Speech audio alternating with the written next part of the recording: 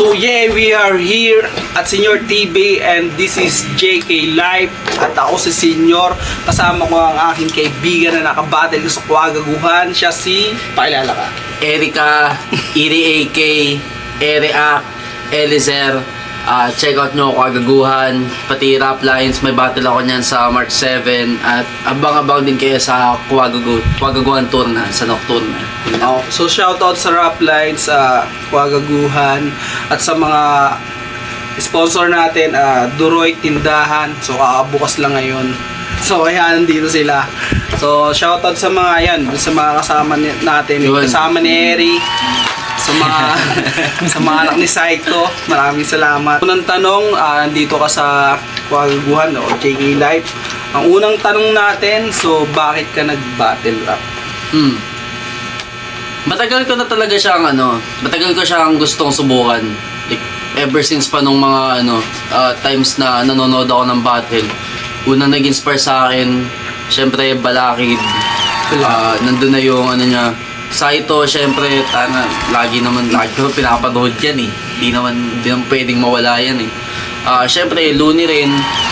Pero yung pinaka nagtulak sa akin para sumali ng battle rap is yung binigay sa akin nila na Ate Baby Lane. Shoutout kila Ate Baby Lane. Dito sila kayo.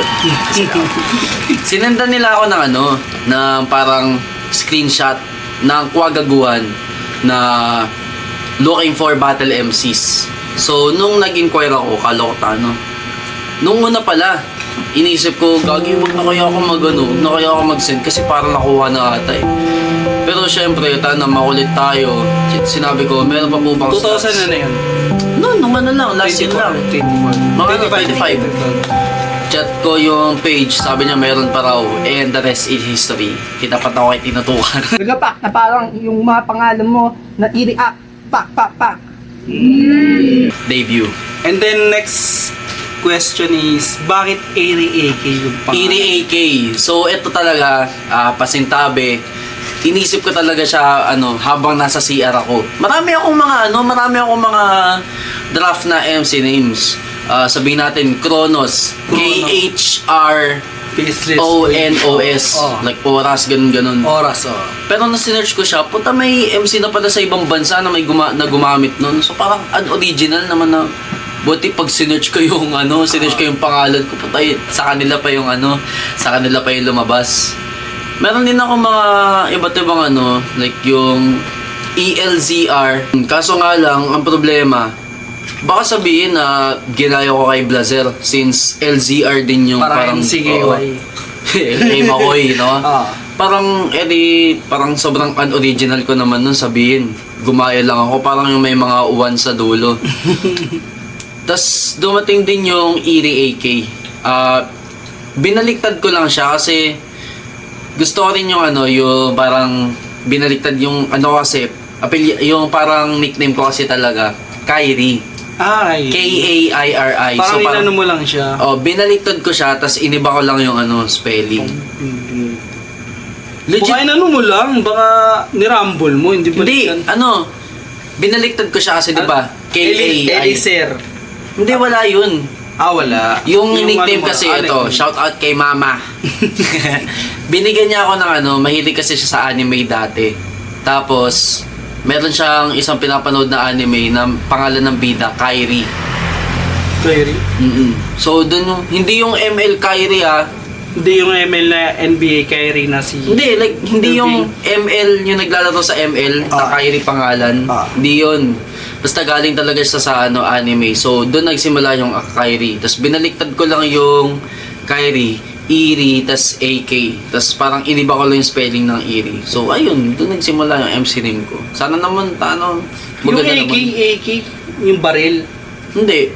AK lang talaga siya. Like, basic na, like AK lang. Wala siyang meaning. Kumbaga, saka ko lang siya nalalagyan ng meaning kung kailan ko gusto. Sinabi mo kay Aaron kung Eri AK yung mo. Kasi ako binanggit ko yun Eri Ak, di ba? Oo. Di parang kaya tawa sila dun eh. Ginawa ko lang lang talaga siya para siyang acronym na hindi naman. Saka ko lang siya gagawing acronym kung kailan ko gusto. kumbaga, pwede ko siyang gamitin kung paano ko siya gusto gamitin. Pwede ko siya gawing i-react, pwede i-react, i-AK, Erika. Yun. So, shoutout kay Erika. So, next question. So, ano yung mga nasalangan mo na, liga? Ayun lang. Like ano talaga ako, homegrown MC ako ng Quagaguhan. Kumbaga sa kanila ako nag-debut at nasa kanila pa rin ako ngayon. Siguro next battle ko is yung sister league namin, which is Banghayan. Ano yung standing mo sa Bangayan? 2-1. 2-1. Sino tumalo sa'yo? Si Awa, men. Tang napapanoodin yun. Uy, gagi, kapag na-release yun, tignan nyo kung gaano kalupit si Awa. Kakatalo mo lang yung gayawa. Ano pa yan, nung mga Ba't wala pa? November? Banghayan, alam nyo na gagawin nyo, tagal nyo mag-upload. November pa yung Hindi. battle, man. Awad tapos drop na kakapanood ko lang, kaka-upload lang. Ano kasi, inuna yung mga si Aaron kasi yung nag-edit ng Banghayan 12. Banghayan 12 lang din, ma-upload din yun. Na-upload din naman yun. Magsusunod-sunod na yan, kapag ano yan. Busy pa si Dante. And the next question, bilang Quagaguhan MC at Banghayan MC, sino yung gusto mong makalaban bukod sa mga nakalaban mo na sa Quagaguhan? Quagaguhan mo na. Kung meron man ako mga makakalaban. Top 3. At Sige. bakit? Doon muna tayo sa mga makakalaban. Kung may makakalaban man ako, siguro parang ang dami kasing mga factors kung bakit gusto ko sila makalaban at ganito o ganyan eh. Kung meron man ako mga makakalaban, siguro si Quagu sa Quagaguhan. Number 1. Una siguro si Aibo. Aibo? May backstory kami niyan. Love story ba? nung himakasan, Lumakasan pa yung Oo, nung himakasan. Naghanap kasi ako ng trabaho mga bandang December. Siyempre, kailangan ko rin kailangan ko rin pumera kahit paano kasi wala talaga akong pera. So, after nung pagkatalo ko kay Awa, sinat ko na yung mind ko First talo mo kay Awan. Oo, like, sa buong ko, sa kanya muna. Sinet ko talaga na hindi mo na ako lalaban kay Aibo kung hindi ako ganito kapreparado. Kasi ang pangit naman na tinanggap ko nga yung laban tapos ginago ko lang naman siya, hindi ako naghanda ng maayos. So parang sabi ko, alis muna ako, back out muna ako sa battle. Siyempre, respeto na rin, nagsabi ako na maaga. So ayun, natapat siya kay Sati. Pero kung makalaban ko man si Aibo, tangina. Tropa tayo pero balasubasan tayo. Next. Next ko naman na gusto makalaban sino ba to? Yung mga nasa tour na lang din eh. Pero sige. Kung gusto ko talagang ma-challenge bilang isang MC, gusto ko si Benside makalaban ko. Benside. Si Benside. Quagu. Yung mga encounters ko kay Ben. Ako gusto rin si Benside. Diba? Iba yung material niya. Oo. Simula nung nakita ko yung first battle man ni Benside yun. Oo, first battle ni Benside lupit yun. ni Benside. Tangna pang flip top yun. Diba? Ito, Kahit si Beatrum, tangina lupit ni Benside. napanood yung video. Oo, niya. Diba? Kung ganun, ito, bigyan kita ng trivia. Kaya lang si Benside, babar ko eh. Ayun, Benside, magbabar ko. Wag mo na, yung kontrata mo. Mag-battle rap ka na lang ako. Ay, si Benside, ito, trivia. Yung buong niya, round 1 to 3, hindi niya sinulat yun. Oh. Lahat nasa isip niya lang. Oo. Men. Mas malupit pa pala sa akin. So, lupit din sa akin yun, lahat, ganun kahabang rounds, kabisadoy mo lang sa isip mo. Gagi, hindi ko kaya yun, tapos ganun pa kaangas. Lalo na yung round 2 niya, yung kasalanan ng lalaki. Tsaka yung pasalamat ka, hindi si Kero nakalaban mo. Kalaban niya si Angel, di ba? Saan? Ay, oo. Angel, tangiyagi. Paano kaya Benside vs. Kero? Ano mangyayari dun? Basta ko si Kero dun, Pacquiao. Pacquiao, Kero. And then, pangatlo. Quago. Mula Quago pa rin. Sino pa ba mga MC ng Quago? Siguro kung ano, yung...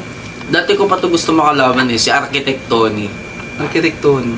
Ano siya, galing siya ng Banghayan. Actually may kasi ganito. Yung debut ko dapat sa Banghayan. Siya sabi ni Aaron, siya raw. So parang may mga sunod-sunod ako ganito, ganyan. Pero, anong nangyari si Kaloy? Okay naman. Pero kung si Architect Tony yun, mas solid yun.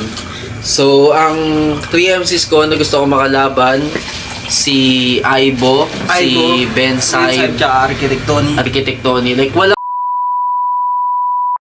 We're back with the JE Live subscribers and Senior TV. So, ito ang next na tanong. I-judge so ibabattle. So, mga liga, mga battle MC ng Rap Times, i-judge so ibabattle. So, ang unang tanong ko is Lobugay, i-judge so ibabattle. Iba-battle. Bakit? Kasi, Mabilis lang. kung sinaktan ka ni Ra, saktan kita lalo. Si Linus. I-judge. Bakit?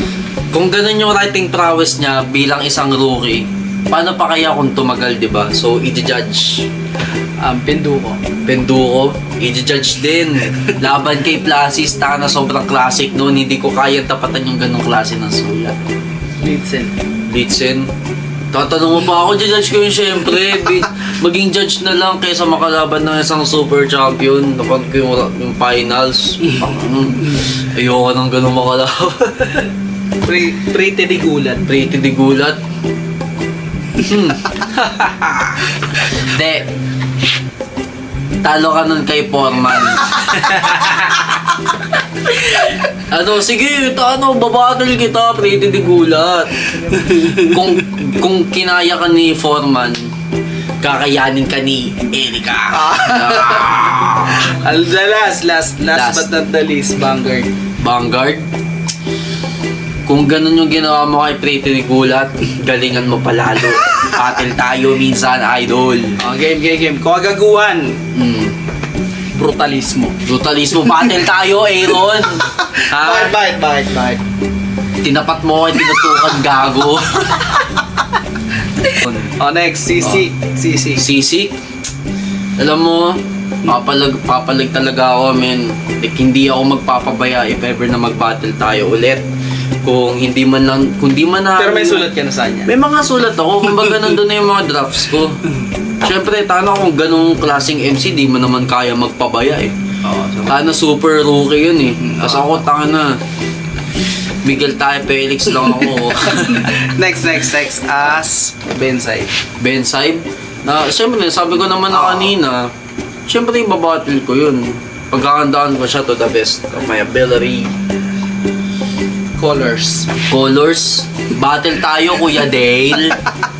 Ano ba yun? Dale o Dale? Dale. Ewan ko eh. Ano siya eh. Sabi niya, di ba? Like, kung kung anong gusto mo. Pero para sa akin, Dale siya. Kuya Dale. Next is Dante. Hindi, judge ko na lang, men. Ang hirap i-battle ng mga kuya-kuyahan. Kuya ko na kasi talaga. Saan ba ito binattle mo? No, choice eh. Wala eh, matana nung binigay ka sa akin, di naman pwedeng tana. Last but not the least is Strix. Si Strix. Strix. Oo, Strix. Strix. I-judge ko pa rin. Tana. Ang lakas niya nung kawan-kawan. Sana ma-upload yun. Ayun Kasi nga yung problema eh. Kung alam ko lang, mayroon akong camera na Tana. Ang lakas ni Strix nun. Kung ganun yung Strix lagi na magpapakita, tana. Sobrang laking sobrang laking balakid nun, men. So, Maraming salamat. yo!